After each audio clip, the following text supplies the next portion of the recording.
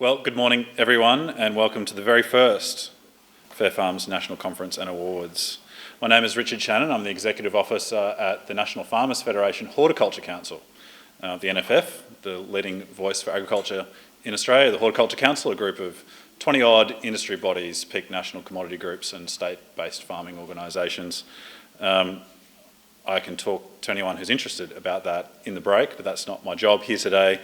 I'm your MC. To start with, I'd like to take this opportunity to recognise the traditional custodians of the lands and waterways where we live, work and play, the Gumbaynggirr people. We acknowledge country, which always was and always will be Aboriginal land, and show our respect for elders past, present and emerging. My job here today as MC is to guide us seamlessly through the program. I feel as though this is a shared responsibility I'd like to share with you all. I'm not a professional MC, so appreciate your patience today. You can help by just reaching into your pack and pulling out the booklet. There is a program on the back page, and I'm just going to very briefly take you through that program. We divided into 4 sessions. I do just want to acknowledge our sponsors of today. Thanks to our gold sponsors, Ozveg and Tarto, our silver sponsors, Holding Redlick and AgriTalent, bronze sponsors, Berries Australia, Driscoll's, Southern Cross Certified, and Integrity Compliance Solutions. Please make use of our social media hashtags. They are hashtag Fair Farms 2022. I feel like this being an inaugural conference, I feel like it's going to be a lot similar to Woodstock Music Festival in 1969, and when you in the future tell people that you were here on this day, people will probably, their immediate reaction will be disbelief that you're actually here. So I'd encourage you to use some of those social media hashtags to provide that sort of evidence you'll need to substantiate that claim. I would like to welcome Growcom's CEO, Rachel Chambers, to the stage to start off today's conference. Rachel.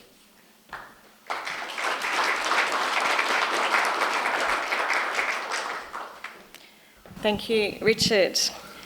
Good morning, everyone. Thank you. Heartfelt thanks for taking time out of your busy schedules to attend this event to discuss this very important topic. As we all would be aware, the most important industry in the world is the horticultural industry. If you are not convinced, name one industry that doesn't intimately rely on a human who needs to eat a range of fruit, vegetable and nuts in order to stay alive.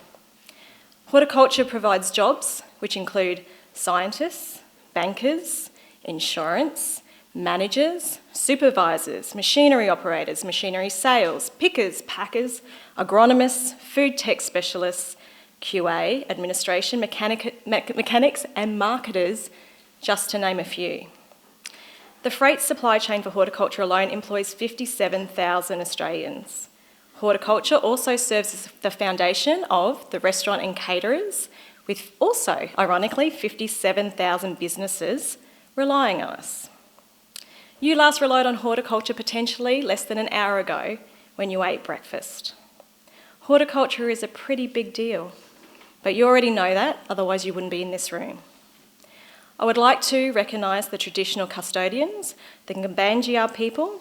In my research, I discovered that they too had a deep understanding of horticulture. They were known as the sharing people because their land was so rich that food and other resources were commonly shared with other nations. How fitting is it that we meet here today to work together to ensure that we can continue to share food with other nations. I pay my heartfelt respect to the elders past, present and emerging. Welcome to you, the Honourable David Littleproud, Leader of the Federal National Party and Shadow Minister for Agriculture. One of the things I like to do for fun is read maiden speeches. Can you remember yours? You said, agriculture is the common thread that links each and every community. It is the major contributor to every community's economy in terms of employment, returns to producers and some support to small businesses in each of our communities. We couldn't agree more. A warm welcome to Minister Gurnesh Singh. I'm not sure if the Minister is here yet. We'll be welcoming him. He is the member for Coffs Harbour in the New South Wales Parliament and Parliamentary Secretary to the Deputy Premier, and has the role of Regional Jobs and Investment also. He has an interesting maiden speech. His history is entwined with agriculture, including being the chairman of a major farmer-owned co-op. Welcome to Mr. Pat Conahan, a member for Cowper, Deputy Chair of the Standing Committee on Social Policy and Legal Affairs. I'm not sure. Oh, welcome. Your maiden speech was intriguing, to say the least. I think you have the only maiden speech that I have read that tells a story of you having multiple personas. Read it. Even though your long career in the police force has shaped you, I still found out that you also have been part of the horticultural supply chain in your role pushing trolleys at Woolworths at the age of 15. And of course, our guest speaker today, the unnamed gold medal winner. Unfortunately, this person doesn't have a maiden speech just yet. However, he does have a book. He has taken a few years to embrace the horticultural sector, but currently he is embracing hops in his new beer venture. So each and every one of us relies on horticulture in some way or another. Given our current labour market, there has never been a better time for us to come together in one room to discuss workplace relations. Although we're here together, it's vitally important that we recognise that we come from various viewpoints on the topic. Fundamentally, we're going to agree on two things, I'm sure.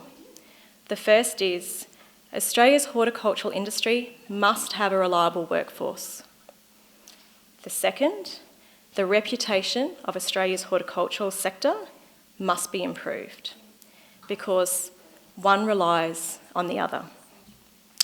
It was for these very reasons that Fair Farms was developed by Queensland's peak industry body Growcom. Fair Farms is an industry-owned program designed to help growers improve their compliance with workplace laws, whilst also demonstrating to their buyers and the greater community that they treat their workers in a fair, ethical and responsible manner. It is the only Australia-wide training and certification program for fair and ethical employment practices on farm.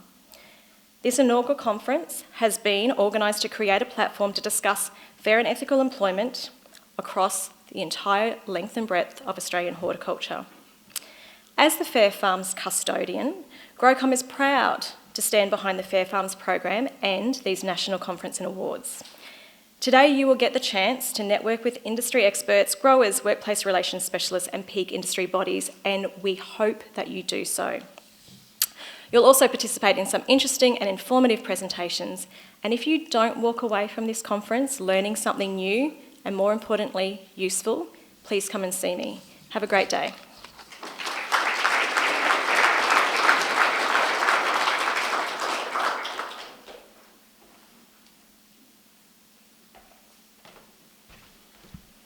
Thank you, Rachel. The first session, as I'd mentioned, of the conference will be about legislative changes in the industry and focuses from government bodies for the horticulture industry. Our first speaker of the day is the Honourable David Littleproud.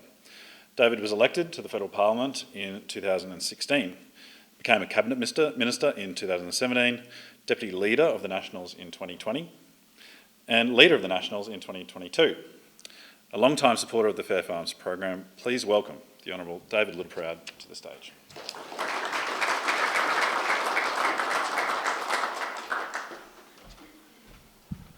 Well, thanks, Richard, and I will say that if you're going to compare this conference to Woodstock, unfortunately I can't be here tonight, so as a politician I'd like to try and keep some of my reputation intact.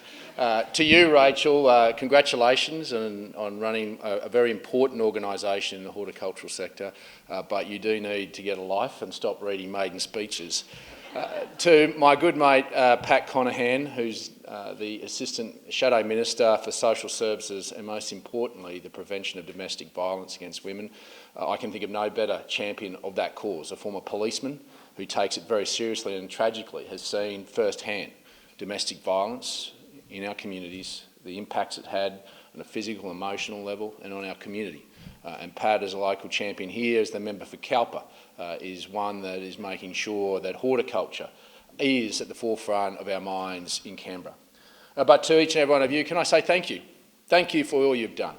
Can I say, on behalf of a grateful nation, without you, we were buggered. We had this little thing called COVID.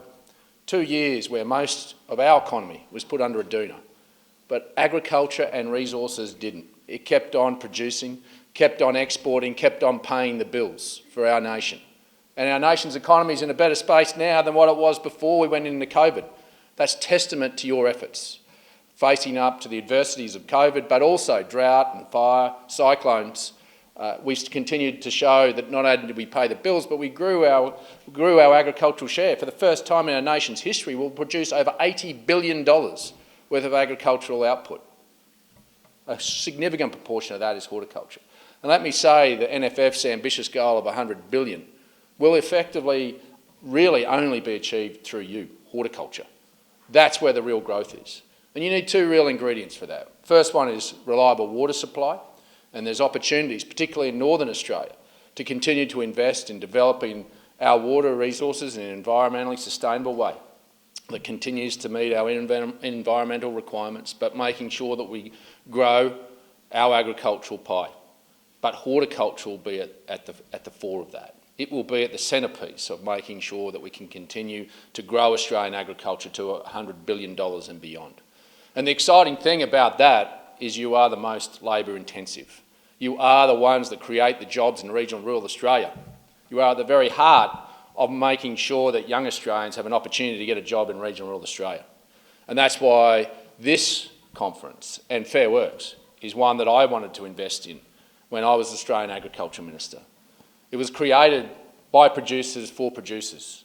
If you want outcomes and you want farmers to be better educated, then the best people to educate them are not bureaucrats from Canberra, but actually you, one another, investing in your industry, taking a leadership role of standing up to understanding what your social licence is, what you need to do to achieve it, and making sure that you educate your farmers and calling out those that do the wrong thing. Because the biggest challenges in Australian horticulture at the moment is water availability and labour supply. And the maths are pretty simple. NFF and COSBOA at the Job Summit, which I attended on behalf of the Nationals, were very clear. 172,000 workers short from a paddock to your plate. That's the number we needed. Now, I was proud to be able to create an Australian agriculture visa, very much so, with the support of GrowCom, AusVeg, NFF. Unfortunately, the new government doesn't want to continue on with that. And what they've allowed you to have access to is the Pacific Scheme. A very admirable scheme. But unfortunately, the maths are real. We need 172,000 workers. The PALM scheme, at best, will provide 42,000 workers. And you are in competition with other industries, like aged care, health. There's a skill shortage right across industry, right across the economy. And so the Ag Visa was about complementing and supplementing the Pacific Scheme. I'm proud to say that this initiative was not just about unskilled labour. It was about skilled and semi-skilled labour. It was about you being able to make investments in our most precious asset, our human capital, that they weren't transient in their nature. And this was the biggest structural change to agricultural workforce in our nation's history. Because what we were going to do as an Australian people is give the greatest gift of all, and that's giving the offer of Australian citizenship at the end of it. We wanted to make sure that we transitioned from transient into full-time and growing regional and rural Australia with the next generation of migrants that will build agriculture and build regional Australia. This is an opportunity that the Nationals won't give up on, and we'll continue to try and work constructively with the government to reinstate this, because the maths are real and the human toll is real. I was in Carnarvon in Western Australia about a month ago. A farmer whose third generation has walked away from his property. He'd been producing small crops for all that time through his family, but it's become too hard. He didn't have the capital, confidence to invest in a crop, and had to hand it over to somebody else, a bigger player. And they're only producing about 60% of their capacity.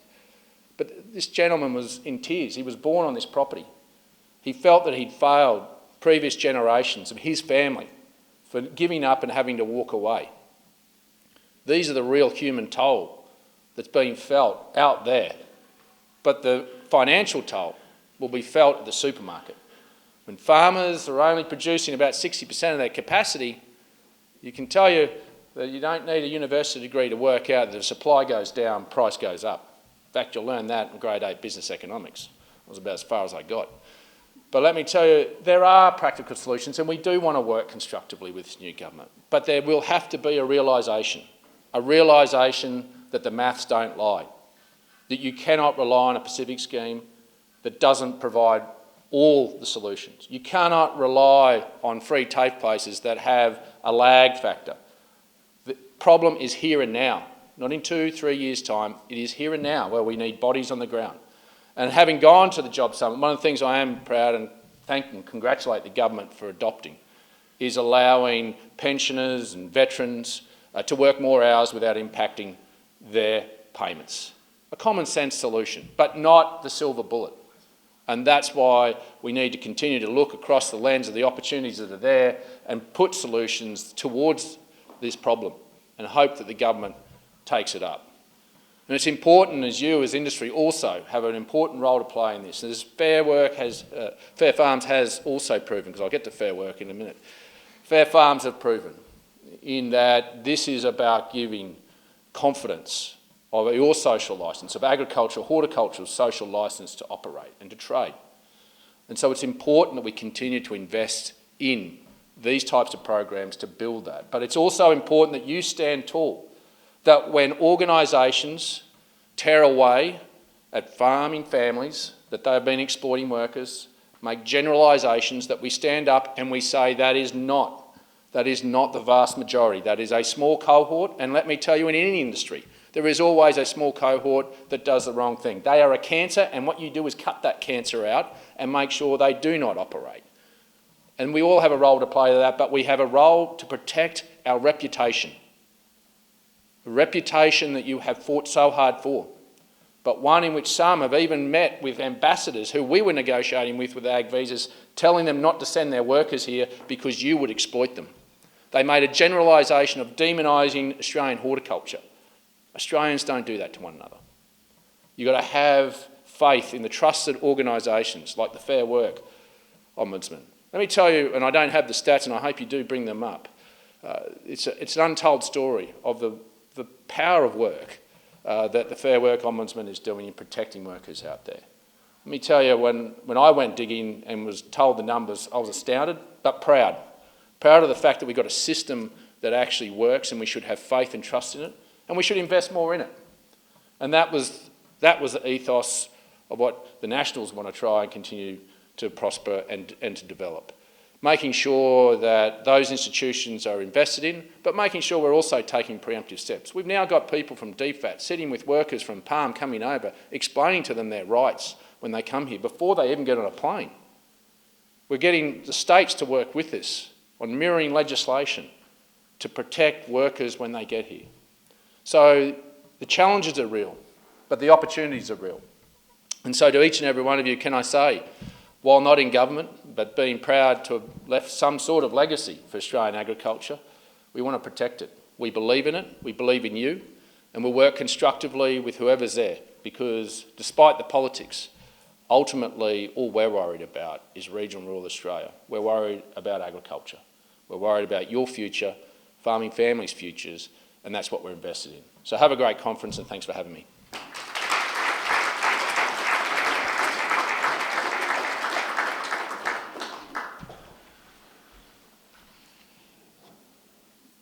Thank you, David, for those words. Inspiring. Good way to start the conference. Our next speaker is someone you might already be familiar with. Rachel McKenzie has been Executive Director of Berries Australia since 2019 and has led the organisation to success ever since. Under her leadership, Berries Australia is delivering major projects to service the Australian berry industries, including the highly successful Communications and Industry Development Project and Export Market Access Projects, both funded by Hort Innovation. Berries Australia recently held an extremely successful conference on the Gold Coast, a good place to have it, BerryQuest International, which attracted nearly 500 delegates from around Australia and overseas. Rachel was instrumental in the creation of the Fair Farms program and is thrilled to be invited to speak at the inaugural conference. To see progress of the program as made in recent years, Please put your hands together and welcome Rachel McKenzie.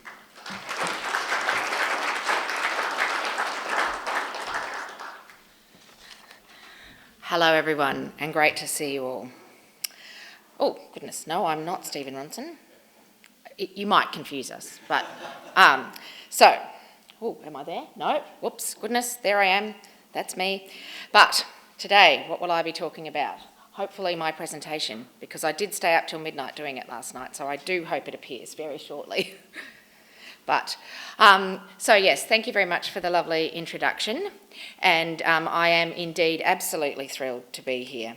So, as Richard said, I'm the Executive Director of Berries Australia, and I'm also sometimes referred to as a forebear of Fair Farms, one of them, which makes me feel very elderly. I feel like I should have been wheeled up here on a wheelchair and, given a lovely pat on the back. I think also the fact that we have the new Rachel at GrowCom means that I have become, by definition, the old Rachel. So, really, I'm kind of feeling it today. So, anyway, I guess my role here today is to give you a bit of an understanding of the history of Fair Farms and how it came about, so you can really see the journey that it's been on and see the developments that it's made. So, interestingly, for me, there are a couple of things that brought together the concept of Fair Farms, and like I said, it wasn't just me, there were other people who were having sort of similar thoughts and had different inspirations, but this is my particular journey. So when I was the GrowCom Chief Advocate, I was called up to a meeting, a secret meeting, with some strawberry growers on the Sunshine Coast, GrowCom members, and they said to me, we are sick and tired of being undercut by growers who do not pay their workers properly. It drives down the price we get in the supermarket and we cannot compete. There were particular growers, and I actually sent a photo of one of their punnets to Woolworths, that have been had offences recorded against them by the Fair Work Ombudsman, who would say openly, I factor the fines into my cost of doing business because it's cheaper than paying my workers properly. They also told me numerous stories of when the Fair Work Ombudsman turned up on farm, that there would be, what the sneaky thing they did was there'd be one name, one bank account, but it was actually 3 workers being paid out of that bank account. And interestingly, they always seemed to get wind of when Fair Work was coming and managed to get around it. And the growers were just so frustrated. They said, we try to do everything by the book, we do everything right, and we just cannot compete against these dodgy operators. What can you do? And I really took something away from that, and I thought, how can we make sure that these people who do the wrong thing don't get access to the marketplace? How can we create a differentiation? We can't entirely rely on the regulator. We have to do something about this. The second part of my journey was I went to Roma, not the Vatican City on a fantastic international conference. No, Roma in Western Queensland. And why did I go there? Well, there was actually a lady called Cheryl Stavano who won a Women in Agriculture award a few years ago, and part of her bursary, she wanted to look at different sourcing systems, and she actually convened a conference in Roma, and she invited the manager of the Duke of Norfolk's properties in England, who was also the deputy chair of the UK Red Tractor system. And for those of you who aren't aware, the Red Tractor system is a single label that actually covers off on a whole bunch of compliance programs that they have in the UK, and it's a forward-facing label, so consumers over there can actually see that the product that they're buying is, ethically sourced, environmentally friendly, blah, blah, blah, blah, blah. Because I also remember going to a conference when I first started at GrowCom in 2006 around environmental compliance, and there was a lady from South Africa just saying, I am being crushed by compliance because every single retailer in the UK, which is 7 different retailers, has a different system and they use it to gain a market advantage. And I thought, well, we absolutely don't want to end up there with ethical sourcing. And I guess the Red Tractor scheme and some of the conversations we had about that, I thought, well, actually, perhaps that's a journey we need to go on, and we need to be ahead of the curve and not wait for someone to fix this problem for us. So I think also in terms of background, GrowCom, and this wasn't me, through Donna Mogg, who has actually recently come on board with Fair Farms but has hurt herself, so is not here, so maybe did have to come here in a wheelchair. She actually ran the most incredible series of workplace essentials workshops. So these workshops were really supporting growers to understand their obligations, and you could really see over time how much people's understanding of their regulatory obligations improved as a consequence of those workshops. And they were really, really well patronised, quite possibly one of the most popular things that GrowCom did. So we had this amazing resource in Donna who understood the IR system but also understood growers. And I think that was, you know, a pretty extraordinary resource to have. And we realised that there was nothing available nationally. And interestingly, since I've been in berries, I can really see a difference in the states where there's active engagement or active rollout of industrial relations support. So like in New South Wales with New South Wales farmers, they do workshops, etc. But I certainly think for the horticulture sector, you could really see the difference between the level of understanding that the Queensland growers had after 5 or 6 years of doing these workshops and in other states. And as I also said, no good way for growers to differentiate themselves in the marketplace. So, we get on to the thorny subject of social licence, and I suppose again that Roma conference was where I first started to really think about this, and we were reaching a bit of a crisis point. We had, I'm sure most of you remember, the backpacker tax issues, and that certainly put a lot of scrutiny on the horticulture industry, and we had to fight really hard to get a fair outcome for our growers and our backpackers. And so it meant that all of these issues were actually front page news. The other thing is the unfortunate death of the backpacker Mia Aleph, a very sad and tragic scenario. She was killed by a fellow who has now been certified as mentally ill in a backpackers in Bowen, but unfortunately this became wrapped up in a story about worker exploitation in the visa system and the 88 days, and her mother actually set up a program called 88 Days and Counting, and there was a program on the ABC on Australian Story and Four Corners called 88 Days a Slave. So not exactly the best introduction or thing for promotion of horticulture. And then we had things like the Migrant Worker Task Force, which I think flushed out a whole lot of concerns that James actually touched on. And Joanna Howe, an academic from South Australia, I think she is, a lot of stuff, she did a lot of reports, union pressure, then of course the harvest trail. So there was a lot of pressure coming on industry from the outside. And I guess picking up on what David Littleproud said, you know, most people in this industry don't do the wrong thing. They do the right thing. But how do we prove it? We've got nothing. We've got no way of saying, actually, mostly we're good guys. So all that is dominating people's understanding of our industry is that we're bad guys. And we need to actually have something that, as an industry, we can hang our hat on that gives us information and data that shows that, no, in fact, we are good guys. So when I look at the whole concept of social licence, and it's particularly interesting here in Coffs Harbour, and it's not actually to do with worker stuff, but unfortunately there are a number of people in the Coffs region who are challenged by the blueberry industry. And I have to say, Judy Shepherd, GrowCom board director, made my day when she said, oh, I haven't driven down to Coffs for years and it was so lovely to see all the blueberry farms on the way down here. So fantastic to see the development of the industry instead of, oh, those terrible nets, oh my goodness, they must be, you know, killing bees and polluting the waterways. So thank you, Judy. Thank you for having a reasonable and rational approach to food production in this country.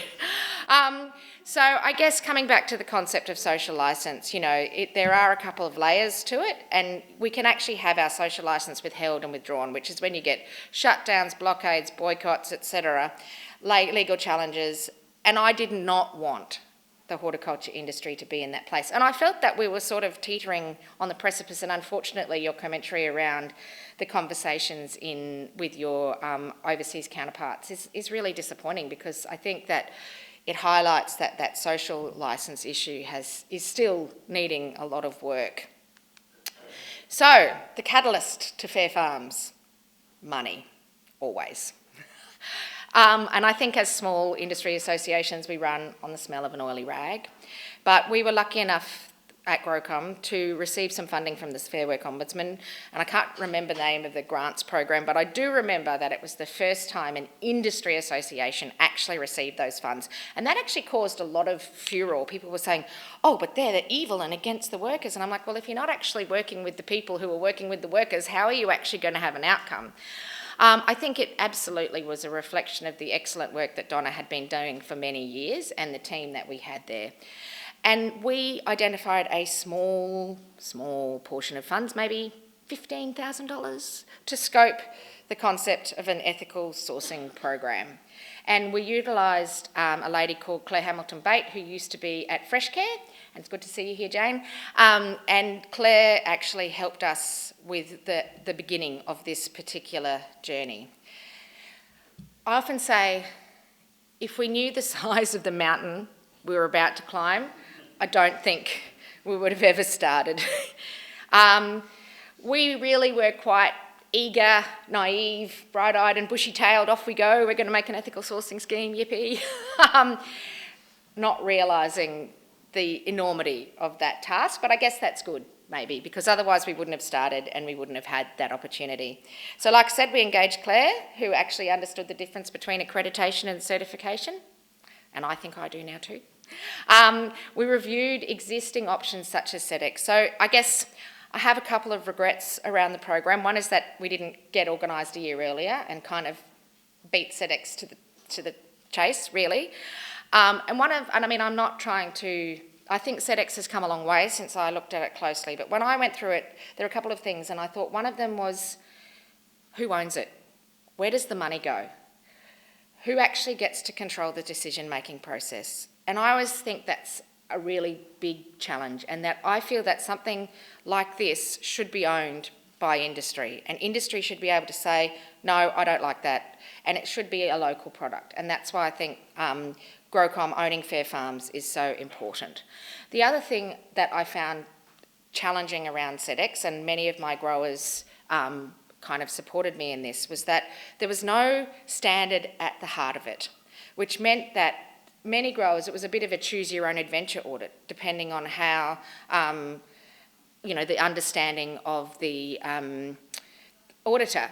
But what I wanted was, I want people to succeed. We wanted people to succeed. And how do they succeed? It's by knowing what they're meant to do and being benchmarked against a clear standard. So that was really critical to us. I remember Belinda, and I hope you don't mind me calling you out, but saying it cost you something like $18,000 just to get yourself to a point where you felt you were ready to be audited. And that wasn't because your workplace practices were wrong, it was because it was so confusing to understand what you needed to do. Now, once you're in it and you're in the system, and I know a lot of larger entities are finding it, are fine with it, and it's got some really great attributes, and it's a different beast to what it was back then.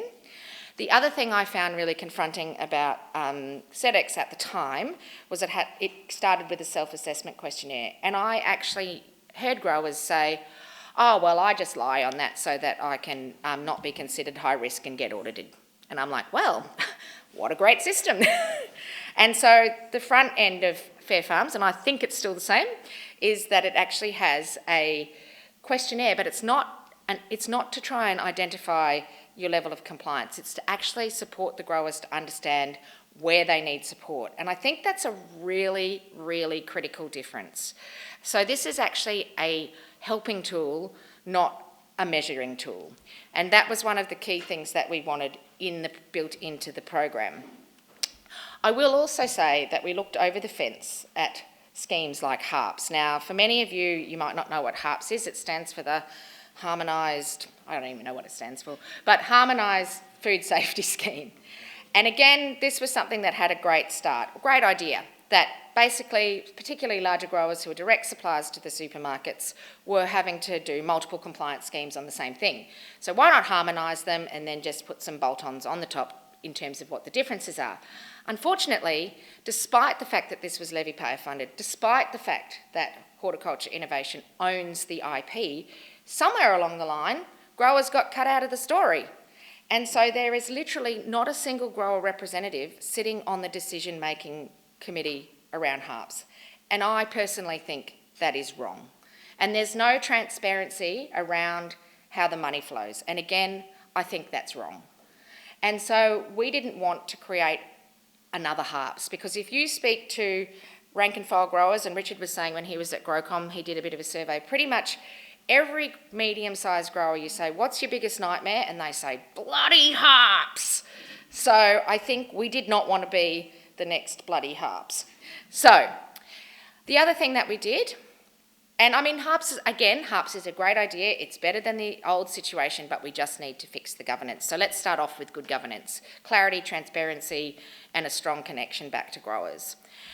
We also engaged with the retailers, which was great for me. I made a lot of really great connections there, and I think it was really a big learning curve for me, particularly in my advocacy role, to make those strong connections with the supply chain. And I'll certainly say the door was very much open. They were willing to engage with us, and that was a good thing. It's not always perfect. I think, as many of you know, it took a while for Coles to come on board, even though they were the ones who sat down and worked with us on the standard. But they're on board now, and I think maintaining that strong link to the retailers and making sure that it delivers what they need is really crucial to this. We looked at business models. These kind of things, they don't exist unless there's some kind of money flow. And I think it's naive to think just because GrowCom is an industry association, it can be done for free. It can't be done for free. But what we can do is say that as a not-for-profit, GrowCom is in the position that they don't have to make lots of money from it, and they can, it has to be self-sustaining, but they can also show each and every one of you where the money flows. And like I said, we had no idea of the size of the mountain we were going to climb. And I think we're pretty lucky that some people like, prior to Sachin, but Thomas Hertel came in and really drove it, and then obviously the team that you see here today. So that is a pretty impressive outcome. And I certainly think that from my trip to Roma, I actually contacted Cheryl the other day and said, look, you probably don't know this, but actually you were quite inspirational in this. And I think that was quite important for her. So I guess, this is the bit where my poor eyesight clicks in. Okay, right, might have to go over here. So, in my humble opinion, because you asked it, what are the fundamental principles of Fair Farms? It has to deliver back to growers in terms of training and support. It has to deliver back to growers. However, if any of you says, well, they should do it as an investment in their business, I'm going to kill you. Because as a grower, there are so many things you have to do as an investment in your business. Is it the broken pump? Is it the nets that have a hole in it? It's a bit of a smug way of communicating to growers when people have no idea about the pressures they are facing on a day-to-day basis. So it's up to you as the people who support this scheme to drive that value back to growers. It must be benchmarked against Australian legislation. It must be required of all growers to access markets. And so I think the tier model that HARPS has, and those of you who are involved in HARPS would understand this, I don't think it works in this context, because just because a grower is smaller and doesn't supply to a retailer doesn't mean that they're paying their workers properly. So I feel that it should be a no compromise. All growers should have to have some form of ethical compliance, and in my fond hope, it's Fair Farms. It needs to be built in as a requirement to access workers, and this is where I think government can help. It's all well and good to say we love it and pat us all on the back and say, aren't you jolly good fellows, but it actually needs to be built into some of the requirements. So to access visa work, I reckon to access backpackers, growers should have to be Fair Farms certified or SEDEX certified, no question. And I think that would be a relatively straightforward thing to do, because so many of our issues are around the backpacker population, and it would be so great to be able to say, well, actually, we've got a system to manage that. And perhaps coming back to some of the points from David earlier would help us with our reputation overseas to say, no questions asked, every single one of these growers has to go through a system. And don't create a new system. I mean, that's one of the things with the PALM scheme. It's like, oh, we've got your system, but we made our own system because we can't trust you or whatever. Well, work with GrowCom so that it delivers on your needs. Finally, must be accountable back to growers and retailers, but does perhaps need to, as it's becoming more sophisticated, engage with some of the other players in the supply chains, like marketing companies who have the direct relationship, and some of the stuff around transparency and that kind of thing. I would really encourage the Fair Farms team to think about how they can deliver back to the different players in the supply chain. And I think perhaps it might be getting time to have a forward-facing brand. Now, I know that there's a lot of challenges with that, and Freshcare's been grappling with this for years. So a forward-facing brand is something that a consumer sees when they go to the supermarket. The challenge with that is that if you have someone who is Fair Farm certified and the next thing they're going to jail for, fraud, then it tarnishes the brand. But I do think it's time. I think it's time for Fair Farms to be a forward-facing brand, and I certainly know Red Tractor, people do look out for it, they do purchase on that basis, and I think that that's something that we need to look at. Before I move on to the next part of my talk, which is about Berries Australia, I did want to say there's a couple of I guess, disappointments in the journey. One, and I think it's a big one, is that the unions have not been supportive of Fair Farms. So when we first set this up, we went to them and we said, this is what we're doing, you love workers, we want to love workers, let's all work together. And they said, unless there is a requirement that unions have free access to these farms, we're not going to support it. And I just thought that was so crummy, because I said, no grower will do it then. So effectively, you're rendering this system completely unworkable to start with. And I said, are you really about helping workers, or are you about creating membership? So I do really feel that the unions, it's greatly disappointing that they haven't been more supportive of Fair Farms. I do know that they now sit on the consultative committee, is that right? But they will not come out and publicly support it. And I think that's a bit of a tragedy. I think the other thing that I was disappointed about, and sorry for dropping you in it, but it wasn't you, was when we first conceptualised Fair Farms, we were actually going to make it, basically Grocom was going to make it, and then we were going to hand it over to Freshcare so that there could be a single body. You guys had the experience with managing a certification scheme, and for reasons I have never been able to fathom, the Freshcare board said they didn't want to take it. So we're like, well, looks like it's us, team, off we go. But, so if people say, well, why isn't just it part of Freshcare? We tried, guys, we really tried. I think that it has been a great scheme. I'm really proud of where you guys have got to. And I think as the Berry Executive Director, it's really important to me that this whole issue around ethical sourcing is not forgotten, and that we really, and we have a tool. We have a tool to help our growers do this, get the training. So I encourage all of our growers, and it's really great to see some of them here. So thank you very much for coming, guys. And I have just heard that 18 rubus growers in this region through the Ausgroup Co-op are have actually been audited through Fair Farms. So that is a fantastic outcome, and I'm really proud of you guys, so well done. And I'm looking forward to hearing Aman's talk later. So I guess let's on to the next bit of my presentation. Who is Berries Australia? So we are actually a joint venture of the Australian Blueberry Growers Association, Raspberries and Blackberries Australia, and Strawberries Australia. The ABGA and RABA have direct grower members, of which some are here today, and Strawberries Australia is a federated body where the states have members. Berries are now the single biggest fresh produce category. So wrap your head around that. So that's a pretty exciting journey that the berry industry has been on in the last few years. And we roughly have 1,000 growers across Australia. So that's my wonderful team. So we actually have, myself and Jen are the only direct employees, and we have an admin person as well, and the rest are funded through our Hort Innovation, Industry Development and Export projects. We are trying to improve our gender balance, but it's certainly... But I guess it does compensate from the fact that the ABGA has just got its first female board director. As of yesterday, I said, welcome to the 90s, guys. So, the blueberry industry. The blueberry industry has been a fascinating story of success, and a lot of that success actually came from this region and people here. So this is still the premier blueberry growing region in Australia, with something like, and the figures vary, I think it's gone down a little bit since then, about 80% of blueberry production in Australia comes from around here. And so it contributes something like $400 million to the local regional economy here, which is an extraordinary thing. It's the biggest and most important industry here. Bigger than tourism, bigger than all of the other industries. So it's a really important industry. Now, again, I'm struggling a little bit with the writing, but you can actually see that it has gone up significantly in the past few years, and that we are really an industry going somewhere. Now, one of the challenges that we have is that if you just put it down a little bit, please. Boop, boop. Yep, you can see that our export little slice of the pie is not very big.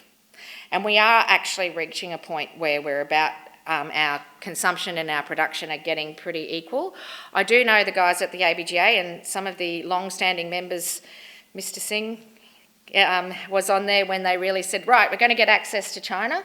I think they started that journey 10 years ago, and the Chinese government stopped taking Australia's calls, and they're still stuck on supposedly negotiating apples. But through our Hort Innovation Project, we are looking at a number of different opportunities, and I'm really excited to say that we are now the #1 negotiating priority for Vietnam. So that's a huge step forward for the blueberry industry. Now, I have to, calm everyone's enthusiasms. That means that we might get some export in about 5 years. So, this is a long game. This is a long game. I might actually look like that lady at the front by the time we do get actual export access. Again, the raspberry and blackberry industry, gosh, what an extraordinary success story. I mean, this industry started off as tiny just a few years ago, and now look at that, 458% increase in value since 2012. That is amazing. Again, the new varietals, the breeding programs, and that's the thing, the reason why in some ways the berry industry in Australia is such a powerhouse is we have really great genetics and we utilise those genetics. So, hats off to you guys who are rubus growers in the room. What an extraordinary thing you've done over the last few years. You have really built this industry. And again, New South Wales is a powerhouse, but we do have quite a bit of production in Victoria and Tasmania, with Tasmania really coming along strongly as a big production area. And finally, we have the strawberry industry. So let's just say, it's interesting that they said they just pulled out this is the Hort Innovation stats, the export increase, because the strawberry industry has been pretty stable over the last few years. It hasn't been growing. I guess part of the issue has been as production has increased, prices have not necessarily increased as well, and it's certainly been a challenging couple of years for the strawberry industry. You may remember the tampering incident. And I do reflect on that a little bit, and I think things like Fair Farms, which is about just increasing people's eyes and ears and their scrutiny on what's happening in their workplace, perhaps may have avoided something like that, although you can never actually avoid something when someone's really determined to do something naughty, and that really brought us to our knees. But again, export is only a small slice of the pie, but we are investing heavily in our market access, and we are also trying to boost consumption. And one of the interesting things about the strawberry industry is that historically it was a Victorian industry, and now the majority of production actually comes out of Queensland.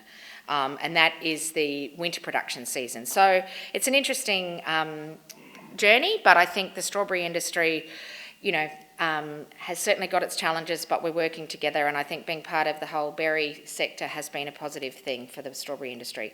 Now, this is one of those slides that I nicked from someone else, and now I've realised that I can't actually read it. But so I think just a bit of putting it in context, fresh fruit sales increased to 5.7 billion into 2021, and the wholesale value of fresh berries supply increased to 1.3. I said 1.4 before, whoops, always important to be consistent. But the berry shares of sales volume increased to 6% by 2 points, and sales value increased by 4 points. And 98% of Australian households purchase berries, and consumption per capita of fresh berries was 3.9 kilos. I reckon my kids make up a significant proportion of that, especially now that they've discovered premium blueberries. We can't go back. So, coming back full circle to Fair Farms. The berry industry is in the front and centre of workforce challenges. We have 52 weeks a year production across the category. We are highly dependent on manual labour. There is no other option. We have no real mechanical picking options. There are some, packing sheds are becoming increasingly mechanised, but we still need boots on the ground to pick that fruit, and it's highly perishable. So it needs to be done when it's done. Ready. You can't say, we'll just wait till next week or when the public holiday's finished or that sort of thing. On the day it needs to be picked, it needs to be picked, and when it's picked, it needs to be packed, and it needs to be put in refrigeration very quickly. We have highly variable workforce needs over a season, and I did used to have a little fancy graph that I did when I was at Growcom around the variability in the workforce needs on an average Queensland strawberry farm, and it could be something that they needed 6 workers 1 week, 60 workers for 2 weeks, 20 workers for 3 weeks, 160 workers for 4 weeks. That is so hard to manage, and it's so difficult when everybody's supply is coming on. And picking up on what sort of Stephen was saying earlier, you know, the challenge is with labour hire is that sometimes the growers are, whilst you might think that they have the power in the relationship, they don't, because the actual thing that is in short supply is workers. So if you're in a worker-constrained environment and you need your crop picked, and someone comes and says, I've got 120 workers, they can start tomorrow, and you say, could you please sign my labour hire agreement? And they go, no, bugger off, I'm going to go down the road to the guy who's not so fussy.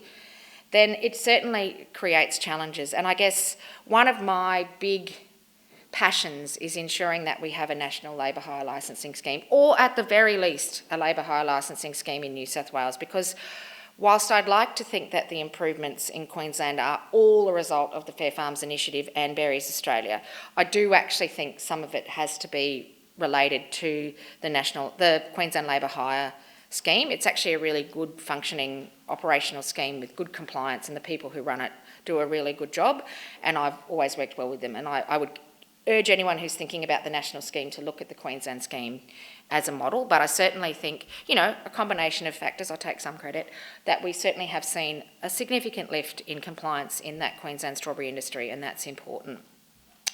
We are big users of piece rates. Now, many of you may or may not know, but what James was saying earlier about people being paid $2 an hour, that you can't do that anymore. That's with the new piece rate legislation. Now, that is actually imposing a significant cost burden on growers. There's a lot of issues with it. I understand why the determination was made, and I think if we'd been better as an industry at having the data to argue better for a different outcome, then it would have been a different outcome. But the bottom line is you can slice it and dice it however you want. It will massively increase the cost burden on growers. And who is going to wear that?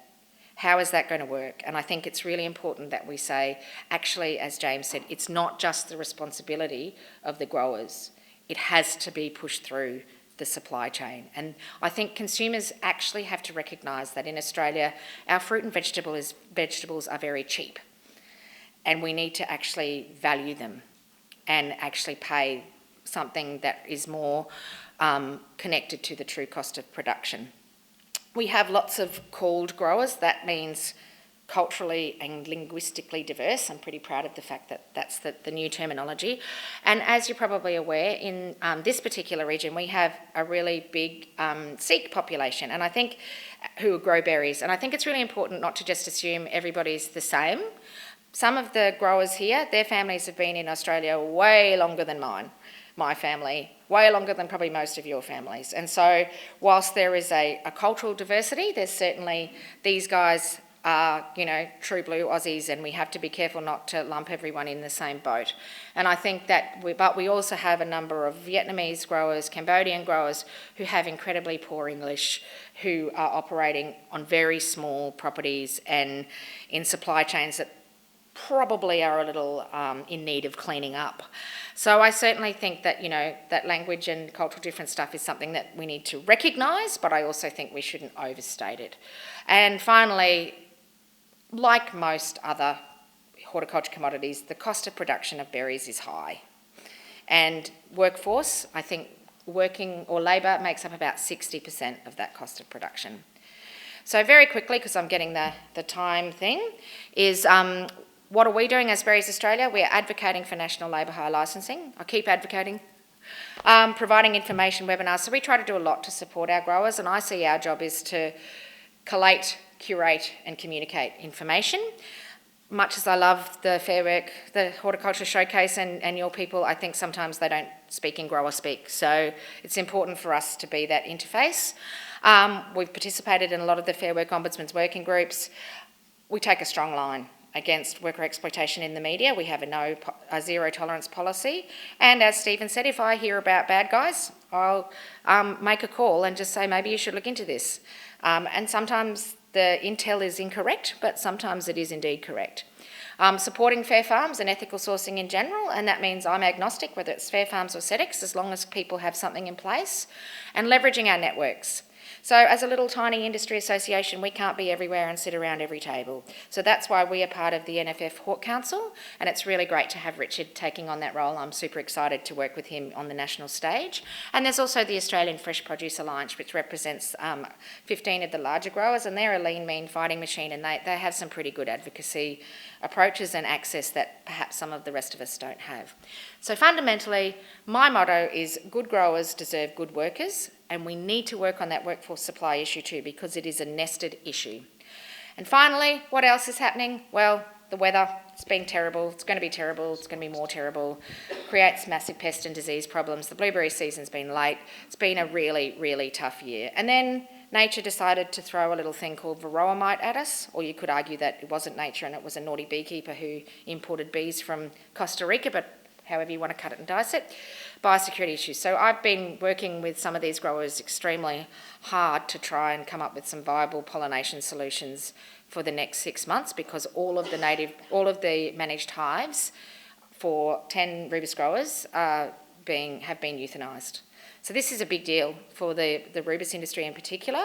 The high production costs, as I said, market access challenges, and I guess coming back full circle to our social licence issues. So finally, I'd just like to say workforce issues are just one challenge, but society expects us, and so they should, that we are on top of this challenge. Fair Farms is a really important part of this, but we need all of the players, government, supply chain, retailers, consumers, to play their part too. And I think big thanks to the other Fair Farms forebears who were so old they couldn't come, and the wonderful descendants carrying on this work. You have taken this places we never dreamed of. You've turned it into something amazing, and I'm so proud of you, and I'm so happy that I could be part of it. So thank you very much.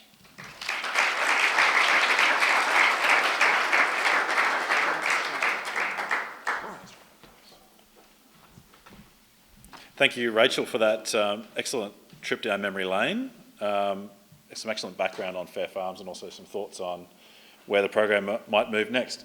I'm just asking the speakers from our session this morning to come up on stage. We have a few minutes for Q&A. Just as we get David up here. So if you've got any questions that are burning right now, now's an excellent time to ask them. There is a roving mic walking around. We have a question here. Thank you. I've got a comment firstly. I'm one of the directors of AgriTalent. Our sister company is AgriLabour Australia. We are one of the largest labour hire companies in the ag sector.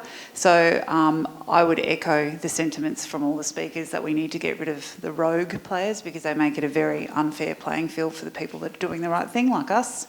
My question, I guess, is for David. We are an approved employer and were appointed on the pilot for the ag visa, which we were very excited about. What would you recommend as suppliers to some of the largest ag and hort companies in Australia who are on board and waiting with bated breath? What would you recommend we do as a large employer to try and push that along? Yeah, look, there's a new government that's been elected. They've got a mandate and they get to decide the policy settings moving forward. They made it clear before the election they weren't going to support the ag visa. They have said that they'll honour the MOU that we were able to get with Vietnam. Now that was only with an initial 1,000 as a trial. Now I suspect they'll allow that and probably won't expand it with Vietnam. They're talking about putting Vietnam adding that to the PALM scheme. But again, the arithmetic's there, 172,000 workers, Pacific's 42,000, and you're competing. I think you're going to find backpackers are still probably on any scale are a good 18 months away.